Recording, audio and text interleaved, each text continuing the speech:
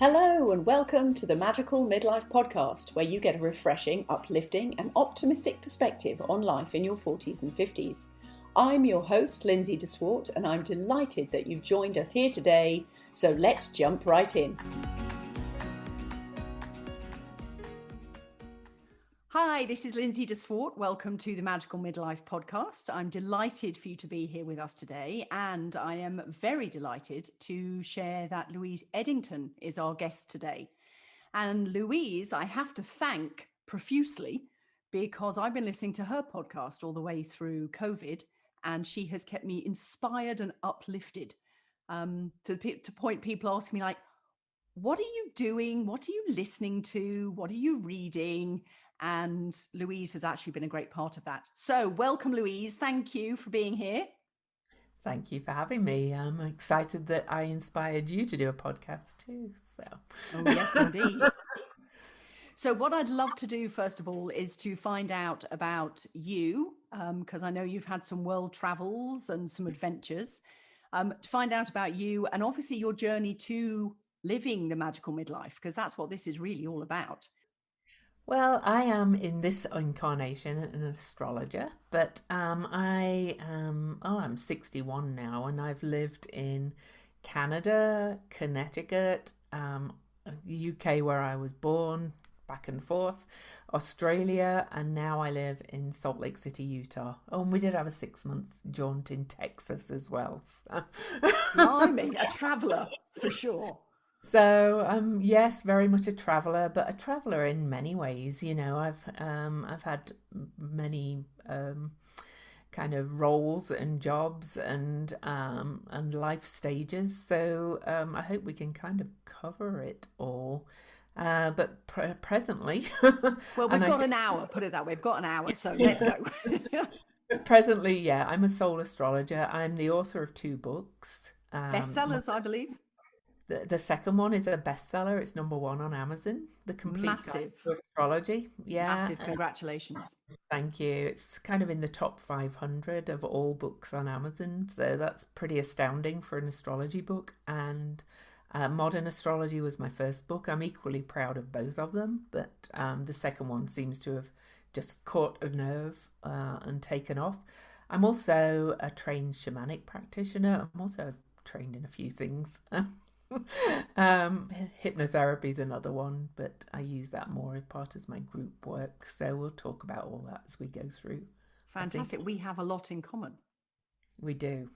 I'm married, have been with my husband since 1994. We married in 97. I've got 2 daughters who are now adults. The second one's about to be 21. And we all live in Utah. So 4 animals, 2 cats, 2 dogs. Oh my goodness. That's all rescues.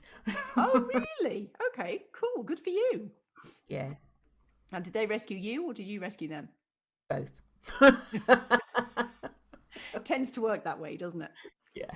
Okay, so let's wind it back. So you were in England first of all, and then what was your your first, I don't know, career path, shall we say? Oh, well, I was born into a very kind of working class background, really. Kind of veering up to middle class, if you're talking UK terms. Mm-hmm. And mainly through my dad's hard work. My grandparents, everybody was very working class, you know, tradies, kind of things like that. And but my dad was quite ambitious. But when I left school, my first job was actually as an audit clerk at an accountant's office. Okay. And then I worked in the water authority. So I was very much working in office jobs. I didn't go to college. Didn't go to college right after school. And then in my mid-20s, I'd been with this guy for 3 years, and he broke up with me, and I had that old heartbreak thing. And I decided that this was my chance, though, to kind of break free from this kind of middle class upbringing, which had been interesting in itself, including 6 years in Northern Ireland during the Troubles, because my dad liked to move around a bit too. Okay. But anyway, I took off after the breakup and became a nanny for 5 years a Hmm. year in Canada, Saskatchewan, then 4 years in Connecticut.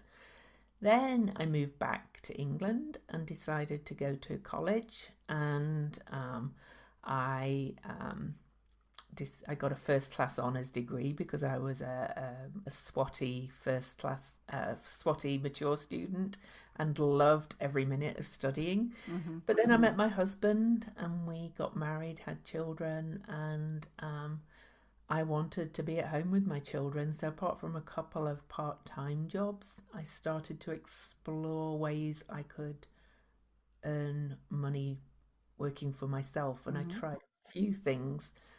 Um, and a long way round, I came back to astrology, which I'd started studying as a hobby in my 20s. So Holy cow! there's probably a lot Fantastic. of holes in there, but Well, that's okay. It was very succinct. I'm pretty impressed, actually. yeah. So, what drew you to astrology in the first place? I'd always been interested in it. And even as a teenager, I've got some pieces of writing from when I was probably about 12, 13, writing out what sun signs mean. And, Hmm. if anybody I knew, I would always know what their sun sign was, which is the most easy to figure out, of course. And I'd read, horoscopes in magazines. But when I was a nanny in Connecticut, and one of my friends had taken astrology classes, and she did my chart for me, did a written report, which I still have, and I was hooked. I was like, wow, this kind of really just explains who I am and Hmm. gives me a deeper understanding of who I am. And she lent me some books, and I taught myself to create charts because that was before computer programs. Hmm. And I hand calculated charts and practiced on anybody that would let me, along with doing the more formal study of my degree. Hmm. And I just kept doing that for years, really. I kind of treated it as a hobby, and it came and went. And then finally, when we moved to Utah, I became involved in a networking community because I was actually I was a social media marketing manager for a while Oh, too. for goodness sake, so was I. And but then I met all these people who were using kind of tools like hand analysis and stuff in their work, and I was like, this is my passion, the astrology. It never really went away, even if I didn't look at books for months because of life stuff. Hmm. And suddenly in 2012 decided I was going to be a professional astrologer. And I took more formal training, and I've not looked back since. So there you go. Wow. Okay. Now, you also said, I want to dig into the traveling a bit. So, you've also said you've been to Australia and Mm-hmm. then to Utah. So, what took you to those places? Was it self motivation or a job, or what was it? Well, my husband got laid off in the UK from his corporate job, and we're both Sagittarius, so we're both quite adventurous, and we kind of sat and thought, well, what do we do now? He got a decent, it wasn't a big tragedy because he got a decent layoff payment, and we looked at Canada actually, Hmm. and the wait for a visa there for it was I think 2, 3 years at the time. But I had family in Australia, so we talked to my uncle, and they were willing to sponsor us. So we decided to emigrate lock, stock, and barrel and go to Adelaide, where my family lived. And so we got there intending to stay there forever. But my husband got a job there like a week after we got there. And 18 months later, they announced they wanted to move us to Utah. So, And so, how different was the life between Utah compared to oh, Australia? oh my goodness. So different. Australia is very open, very friendly, very sociable, and astrologically as well. Yeah, there's a thing called astrolocality. Right. My moon line was right through Adelaide. I just fell in love with the place and adored it. And so it was a bit of a struggle to settle here, to be honest, because Hmm. It's a beautiful, beautiful place, but it's a strange culture to live in. So I'm used to it now, and I've made my life here, but it was difficult to settle, I will say. So How long have you been in Utah, did you since say? 2008.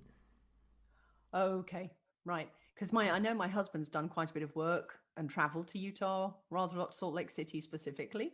Yeah. And he always said, you got to come, there's the mountains and the seasons, and you'll Mm, just love it.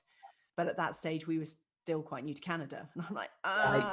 I'm only just settling here, not ready to go again. Yeah. And certainly with the whole green card thing and all the rest of it. So I was like, could we just stay here for a bit? Anyway, so here we are now, and he's changed jobs many times since then. Oh, so yeah.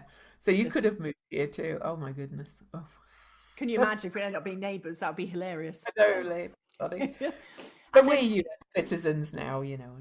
yeah. So tell me, how did you then get into the hypnotherapy and the shamanic path? Because that's also the path that I've taken. Also a trained hypnotherapist, and now just finishing off my shamanic training. Well, it's kind of funny how things in your life come back, isn't it, really?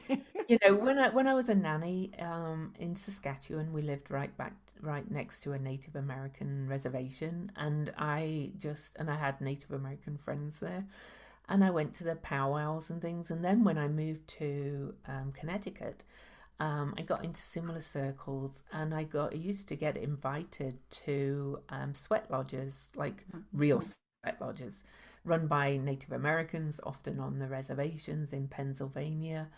And I had many magical experiences. And when I moved back to the UK and did my degree, I did American Studies with a specialization on Native American literature and such like.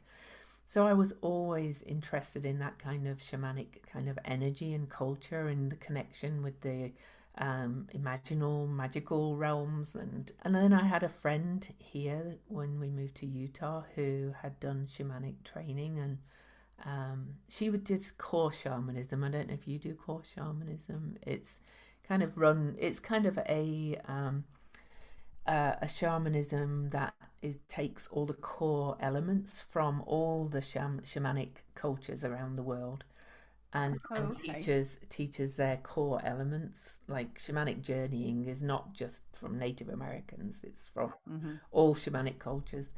And anyway, she had done intensive training and kind of set up her own trainings, and I did a year's training with her, and I use it mostly. I have a group, a membership community, and Hmm. I get my clients journeying to the planets and doing soul retrieval. I do group work more than kind of shamanic healing per se. So Hmm. yeah. Wow. Now, and also, yeah, I don't think this is too contentious to ask, but how does that work? Because within Salt Lake City, there's quite a strong religious culture, isn't there? Oh, the Mormon or LDS Yeah. culture, huge. But there's also a very strong alternative, if you like, community as well, especially in Salt Lake Okay. City.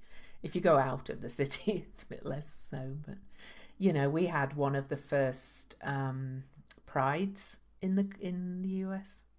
Oh, Yeah. really? I didn't realize. Oh, yes. Hmm. So it's there's kind of a whole kind of subculture.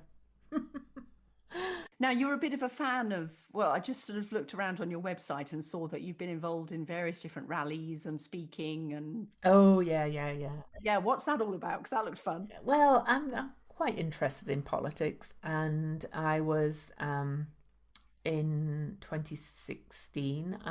2015 we became citizens, so it was going to be my Mm. first federal election because you can't vote in federal elections before.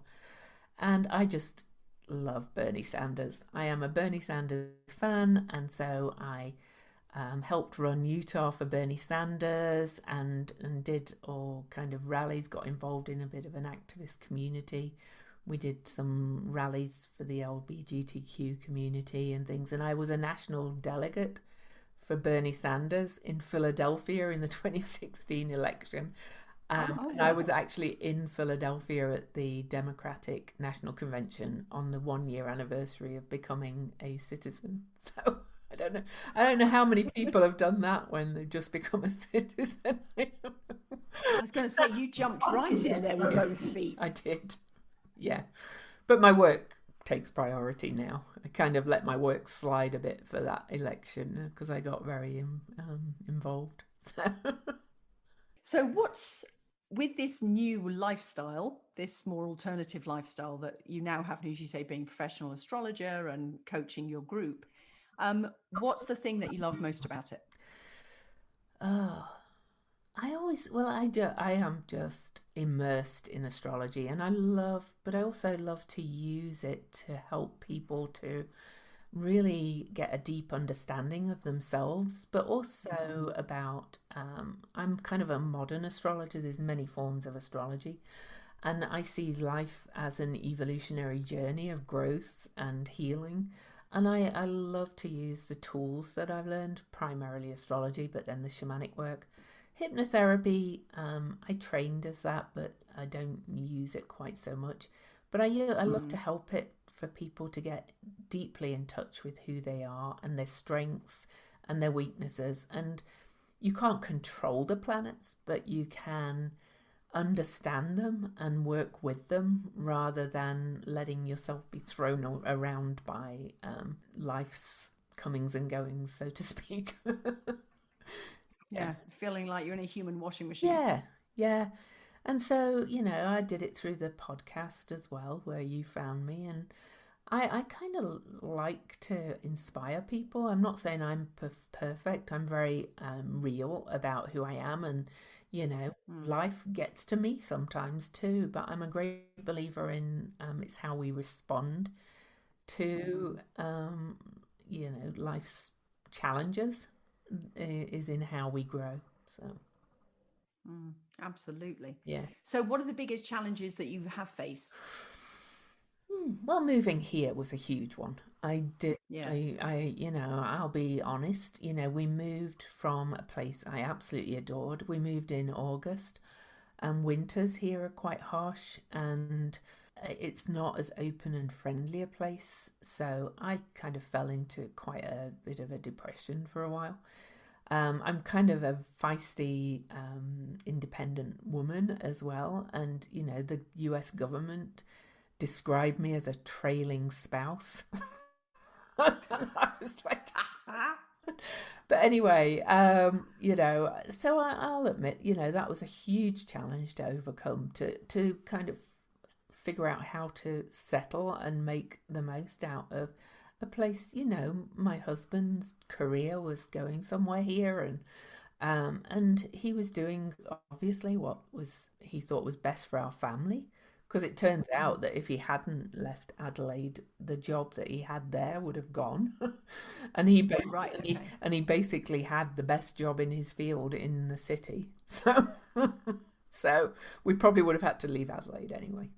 Mm, So that was a journey. That was a big challenge. But overall, I've most of my challenges have been more internal, kind of growth challenges.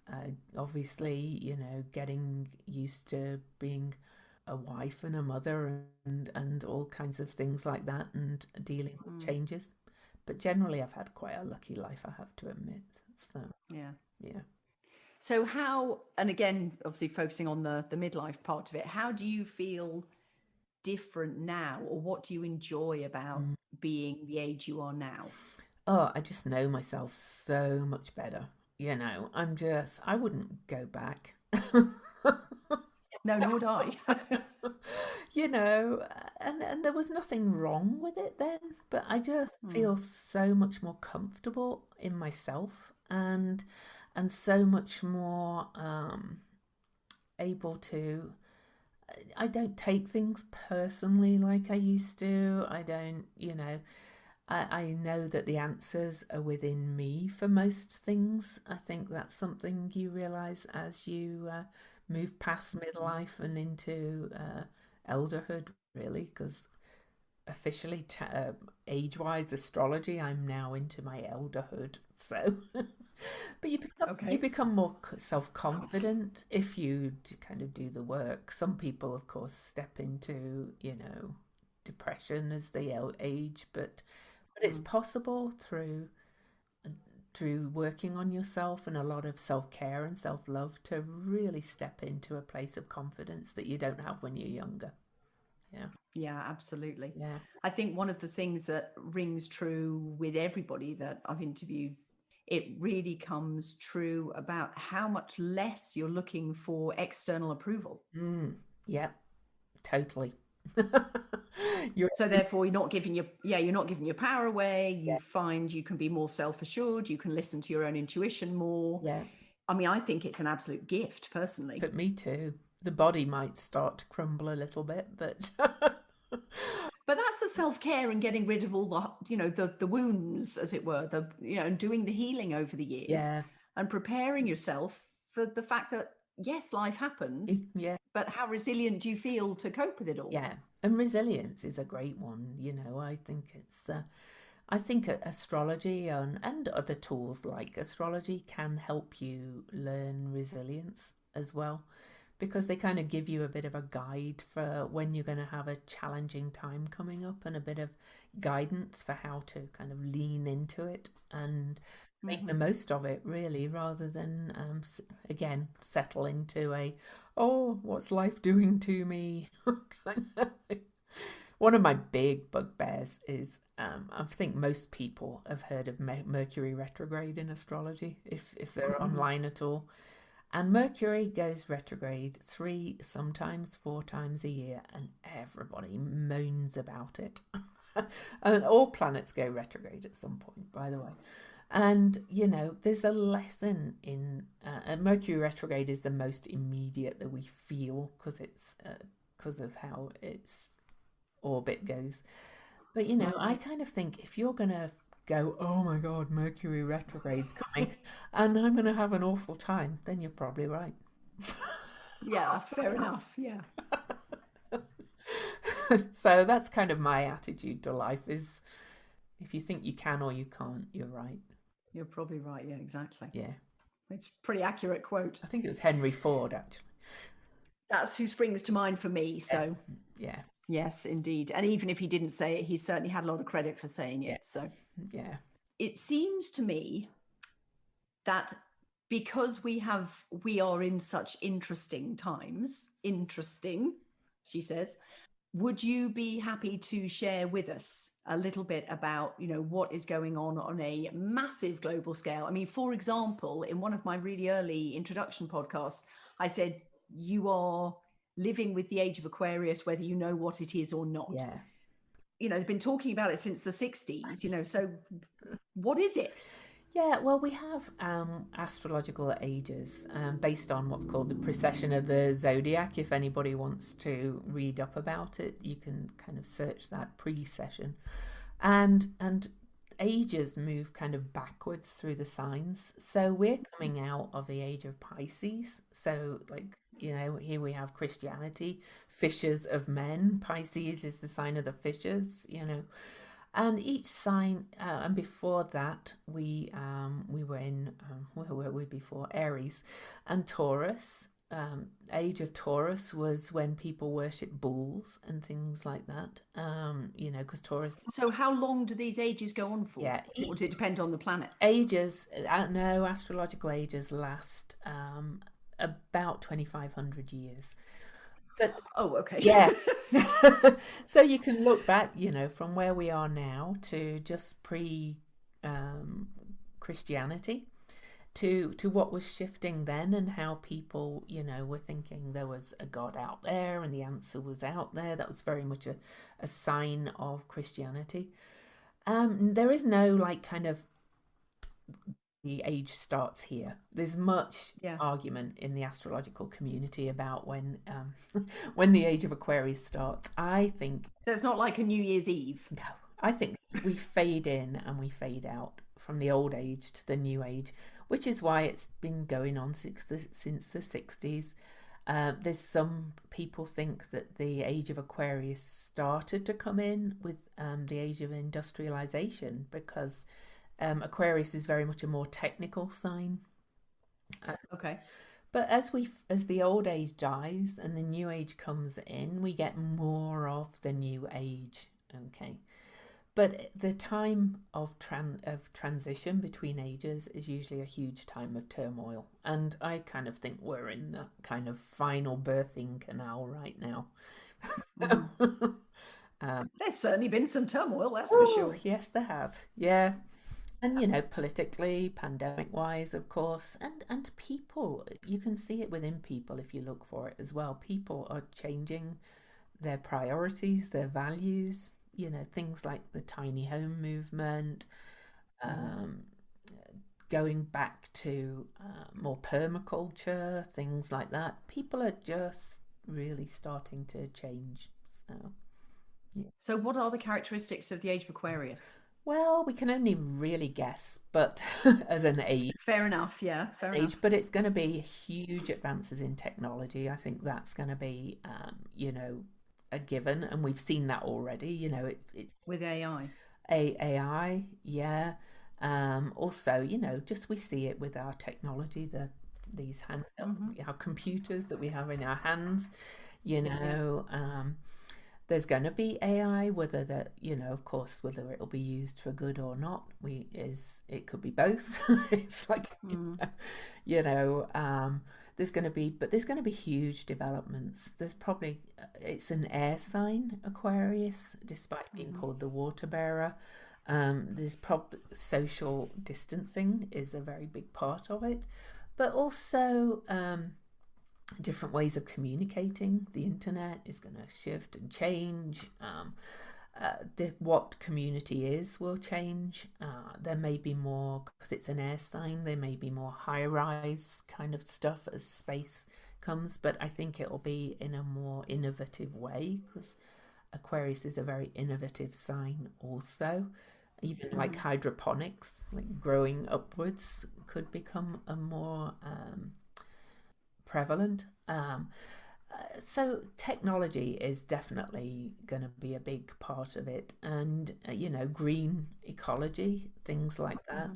that, green innovations to help us live more healthily on the planet. Because of Right. if we learn the lessons of the pandemic, that is, of course. Exactly. Yeah. Yeah, and it's a very humanitarian sign at its best. So Mm. all of us astrologers are hoping that we move into a more humanitarian era where we help each other more collectively, rather than focusing on just me, which is where we're coming from. So And it's the messages like that that have kept me so inspired through COVID.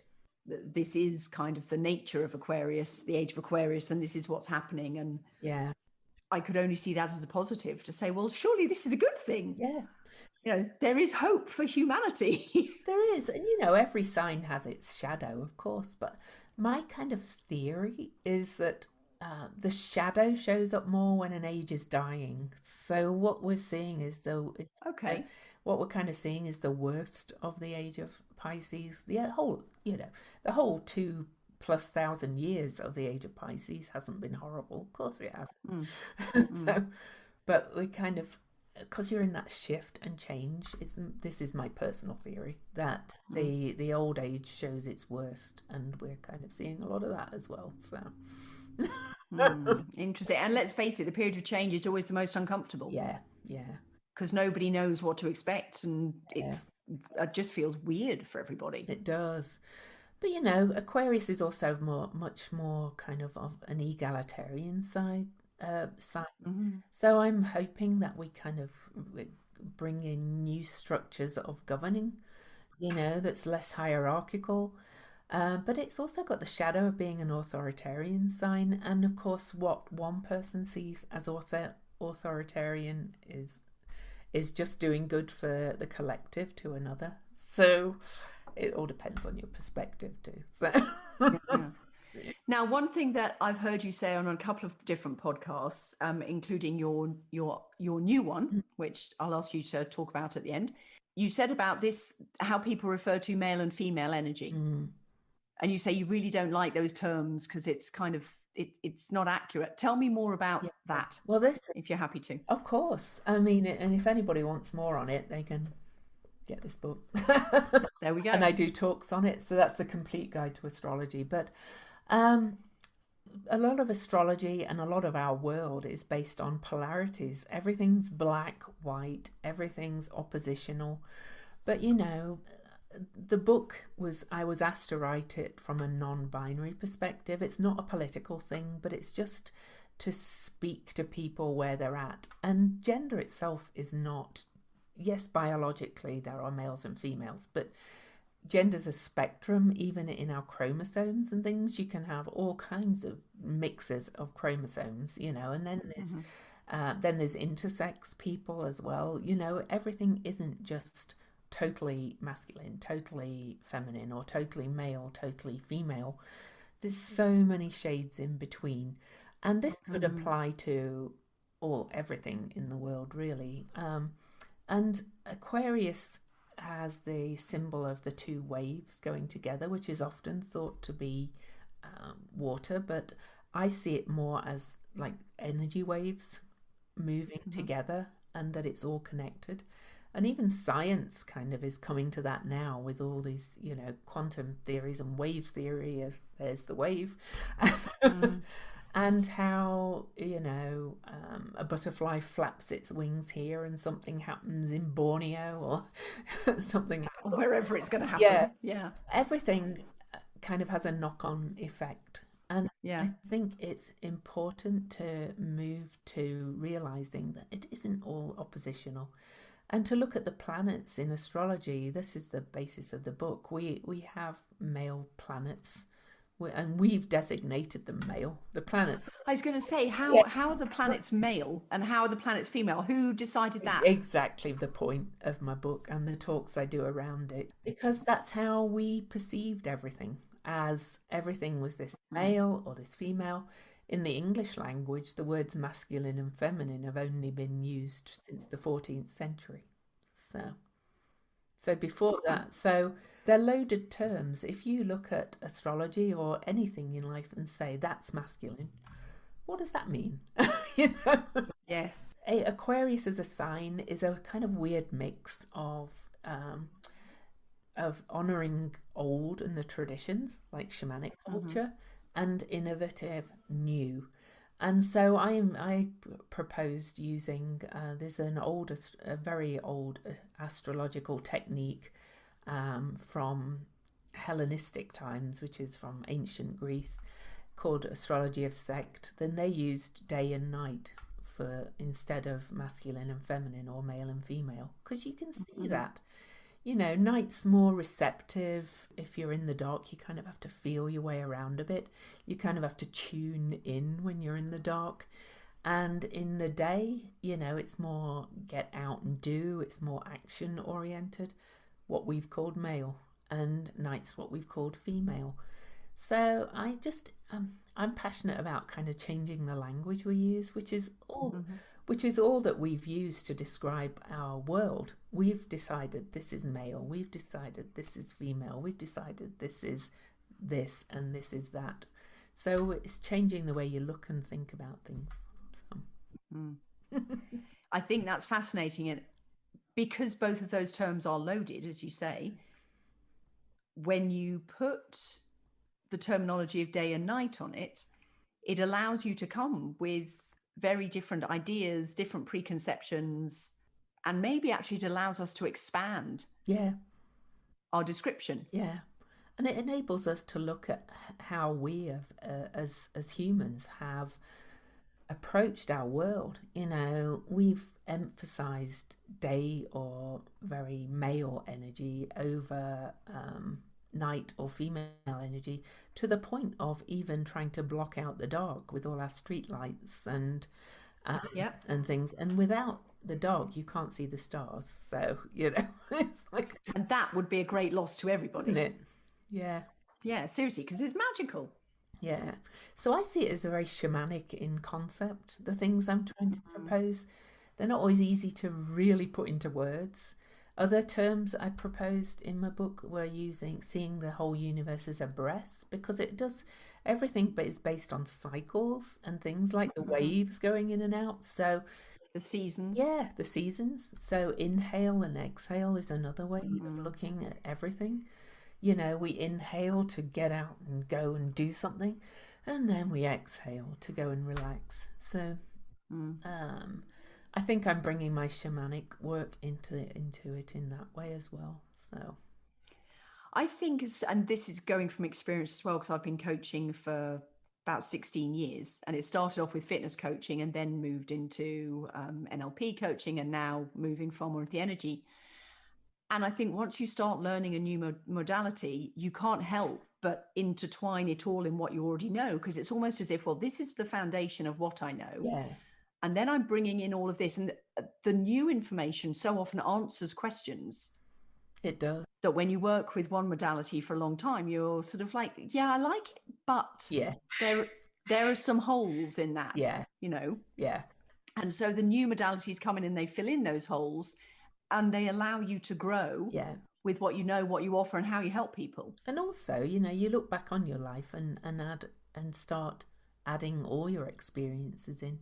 As you start to develop a new kind of consciousness, you go, oh, well, actually, that's why I did that when I was 21. Yeah, looking back and going, oh, now it all fits. It all makes sense now. And that's the alchemy of it, isn't it? Yeah. Mm-hmm.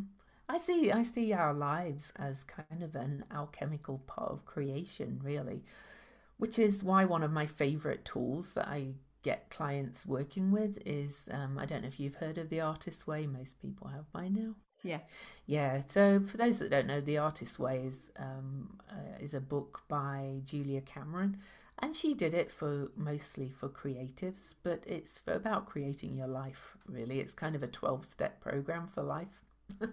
And I do it through the lens of astrology. I do it myself, and on and off, and I go back to it, and I get clients doing it, and I see it as mixing in all the elements of your life, especially as you grow older and evolve, to kind of create the life you want. So yeah. Yes, I tell you, I really, talking about creating the life you want, I really want to offer retreats, adventure retreats for women, because they're so transformational, and that's bringing in all of my past sort of fitness and athletic adventures, that past, and then in with the shamanic and the healing, and combining it all together. Anyway, so just as I had all of that first one planned and ready to go, and just booking it, anyway, everything. Anyway, so I took that as a reason that I obviously needed to do more to open this stuff up. Yeah. And then it will come in the future. Yeah. So one of the things I find interesting about now is changing the energy of competition to collaboration. And so in that light, have there been any key people who have really helped you on your path? Oh, goodness. So many. One of the main ones is, well, my husband's been a great one. He's always a great support. But Maridel Bowes was my main astrology teacher. And funnily enough, we met when I was doing the social media marketing coaching, and I coached her on social media. And then when I decided to become a professional astrologer, I asked her who I could study under, and she was like, how about me?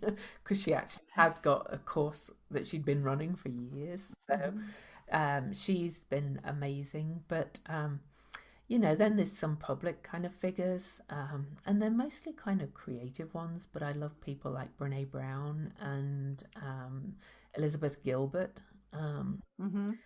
and some podcasters. They're mostly very real people, though.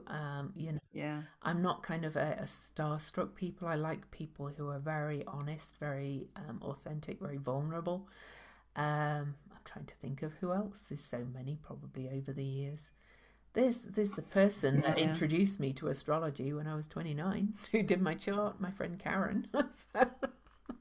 My friend Karen, she's been my greatest support. This book, my second book was the Complete Guide to Astrology, was dedicated to her. The first one to Maridel. So mostly women. That's fantastic. Mostly women. Yeah. Interesting. Yeah. And I wonder how much, because since we moved to Canada, one of my main, I guess, ways to settle in was to start doing networking, with business networking. And so over the years, that has grown such a large community of women. Yeah. Because so many of them are exactly like us, that you have your children, you know that you've got a different priority than you did have when you started your career. Yeah. And so it tends to be that a lot of the networking groups are made up of women. Yeah. Which has been fantastic in the sense that there is so much support for each other. Yeah. Yeah. And I'm wondering, do you see that as one of the paths of how we're moving forward? I think it's going to be more online networking. Fair enough. Yeah. Yeah. Mm-hmm. Because of the distancing. Yeah, and because of the lessons learned from the pandemic and things like that. See, my experience of in-person networking was less than positive here in Utah because of the culture. So it depends on your culture. Mine is most and Aquarius is connected with the internet, so I kind of think it's going to be more of that. I forgot to mention one of my other big influences is Bernie Sanders. Do you know what? I was surprised you left him out, actually, because I was waiting for you I to was say like, him. how could I not say my Bernie, my granddad? I have so many Bernie Sanders T-shirts. I've got a bobblehead coming this month from the inauguration of Joe Biden, where he wore his big mittens. So awesome. So what is you've had so many adventures and you've got to where you are now. What's still on the horizon that you want to do? My membership community and my work has just shifted recently. It's a bit in what way? It's kind of a bit technical, but the aspects to my own astrology have and my just aging, I think, and moving further into this elderhood energy, have brought my focus more into connection and love, in not in like kind of the romantic, the deeper sense of love and such like. So I've started to work with Venus, the planet Venus, more and more, because she's actually astrologically kind of the higher incarnation of Earth, and her cycle is so very human. So I started working with Venus in 2017. She goes retrograde every 19 months, and I had a dream saying, you're going to do a Venus retrograde class, so I did. But since then, I've discovered there's all this deep work with Venus, and I've discovered hidden depths that I didn't understand about Venus. I've discovered more personally. I've discovered work that other people are doing with it. So I renamed my membership community Venus Enchantment. I'm very, whatever you call it, intuitive, or pay attention to what's coming my way, and messages. And I dream a lot of these things. And my work is just deepening with Venus. I'm actually becoming certified with what's called Venus Star Point work. The Venus Star Point is a 5-pointed star, so it's the head, the hands, the feet.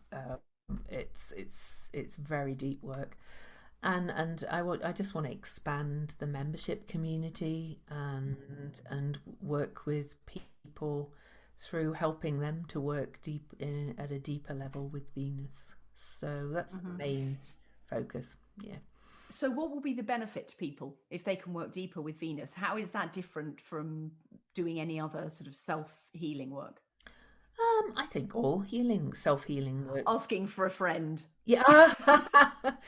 Well, the primary focus is a lot on self-care and self-love. And, over my own life and work with astrology, I've discovered, particularly women, and I do have a couple of wonderful men in the community too, but we don't focus on loving ourselves first.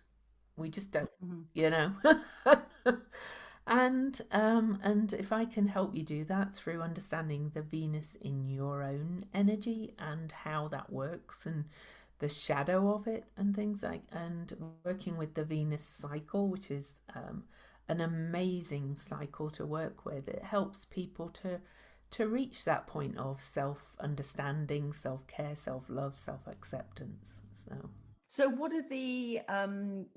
have you got some examples of, let's say, current or maybe past clients, of the sort of changes they've been able to make because they then had an understanding of where they fitted in, or how they, their astrological charts? Yeah, well, I mean, one of them is she's a friend now. She took one of my Venus retrograde classes, and she just changed her whole career. And she actually became an astrologer too. But it was all kind of in her chart, and she's never looked back, and she's happier. And she was Venus is Venus represents so much. It represents kind of abundance. It's kind of the law of attraction planet too, in at a very deep sense, not the just I say I want a red bicycle and it's there in the morning. But she's created a six-figure astrological business through working with her Venus. So it's like, Wow, yeah, very cool. yeah. Okay, so how can people find you, and also wave your book about again so we can see your book? But then for the audio, obviously, so it's the Complete Guide to Astrology. And it's, in case you're listening to this rather than looking at it, it's a white cover with the moon, black moon signs down the middle, and Constellations. These are the constellation. Thank you. I couldn't think of that word. Yeah. And the constellation. So and if you moon go phases. The moon phases. Thank you. Cool. Okay. So we've talked about that now. So anybody on Spotify can tune in. Yeah. Know that they've got the right one if they go onto Amazon. And it's on Amazon. It's also on indie book sites and all major booksellers, and it's in most bookstores as well, to be honest, which always kind of tickles me. People send me photographs of it when they go, "Oh, look what I saw in them." Fantastic. So you've got your new Venus community. So tell us just a little bit, why would people join that? They want, well, it's a community for a start. I always think kind of working together in a community is more helpful. I give I do monthly calls when each Venus has phases. I'm not going to technically explain it, but I do monthly calls for that, and people get to ask questions about their own chart. I also do daily, 5 days a week, not 7, energy updates in the membership community. They get a lot of input. I do some tarot card pulling. I do a lot of shamanic journey work to help them tune in. I kind of throw everything I do at my members, and they have to kind of show up and ask questions if they want me to work on their own stuff. But they also get a huge discount off astrology consultations with me if they want to have some one-on-one sessions. And it's just my preferred way of working with people. I'd rather work on an ongoing basis, because whilst I love doing astrology consultations, and I get hugely magical testimonials from people, I think it's often like it leaves people with, okay, well, what do I do now? Yeah, and that's fair enough, because I think, for example, I have worked with a local astrologer who I've loved, and she's opened up so many new options and ideas. And she's been fantastic. Anyway, so I said to my husband, "You got to go and see her. You got to go and see her." And then, so he went to see her, and he said, "Oh, she said all of this stuff, which was, fantastic." And then he said, "What do I do with it now?" Yeah. I went, "I don't know." I don't. Because I just trust it's all going to unfold. But he doesn't have that same idea that, oh, well, now we'll just let it all unfold. Yeah. But I feel reassured that it'll all unfold as it should. Yeah. But some people want some more ongoing support. So that's why I still do consultations. Of course, they're what the backbone of most astrologers' practice. But some people just want the community support and the encouragement to keep working with it every month and tune in. So, yeah. Fair enough. Yeah. Fantastic. Okay, so what's your social media and stuff so Oh, yeah. people can find you if they want to follow on? Oh, my website. Come on, Louise, get on it. My website is my name, louiseedington.com, louiseedington.com. Most people put 2 Ds, so it's 1D and Eddington. Yeah, I started with 2 Ds and then went, nah, that's not right. Yeah. And my business name is Cosmic Owl Astrology, hence for those on video, I have an owl behind me. Sometimes I have a green screen with an owl behind me. The owl is my spirit animal, I guess. But anyway, you can find me on Instagram, Cosmic Owl Astrology, Facebook, Cosmic Owl Astrology. I have a free Facebook group called Cosmic Owl Astrology Cafe. YouTube, Cosmic Owl Astrology. Twitter's the only one I don't really do. So I was going to say, which of them do you most like to interact on? Because everybody really has a favorite. I like Facebook most. Yeah, you see, we're that generation. Everybody says it's done. Well, yeah, but both my kids use Facebook a fair bit. But I'm trying to explore TikTok. I don't know. Oh, you're brave. Well, a lot of my friends are moving to TikTok, but I must admit, Facebook's still my favorite. Facebook's your one. Okay, fair enough. Cool. Yeah. What else? So we've talked about, and you're going to start a new podcast, because the podcast that I actually found you on just came to a close, but you are carrying on your own, aren't you? So what's that one called? Well, I did Weirdly Magical with my friend Jen Duchenne for 3 years, but she's moving out of the country, and it was just starting to feel like time for me to do something different. So I'm actually kind of moved it to Weirdly Cosmic, and I'm doing that one on my own. So it can be found at all podcast providers, iTunes, Spotify, all those ones. I'm actually doing it on anchor.fm. I just want to say thank you so much. Thank you. For sharing your story and for sharing all of your, well, not all of your tools, because you've got a gazillion of them, but sharing some of your tools. Yeah. I appreciate that very much. It's been lovely getting to know you a little bit more. Yeah. As I said at the beginning, I feel like we go back so long because you've kept me going all the way through COVID, which I'm so grateful for. And now we're connected on Facebook. So absolutely. Yeah. And now I feel like I actually know you a bit more, and you've had a chat with me, and it's awesome. So thank you again. Huge gratitude to you, Louise. I appreciate it very much. Thank you for inviting me. It's been fun. Excellent. So just left to say, please take a look at all Louise's book and group and Facebook and website. And if you've liked this podcast and you've liked what you've heard, please subscribe, share it with your friends. And if you would like to know any more about the work that I do, please come over to find me at Facebook at Soulful Adventure or Lindsay DeSwart, and my website, soulfuladventureliving.com. And you can find out more about the work that I do there. And apart from that, I will close by saying thank you and bye for today. And I will see you on next week's episode. Take care. Bye. Bye, everybody.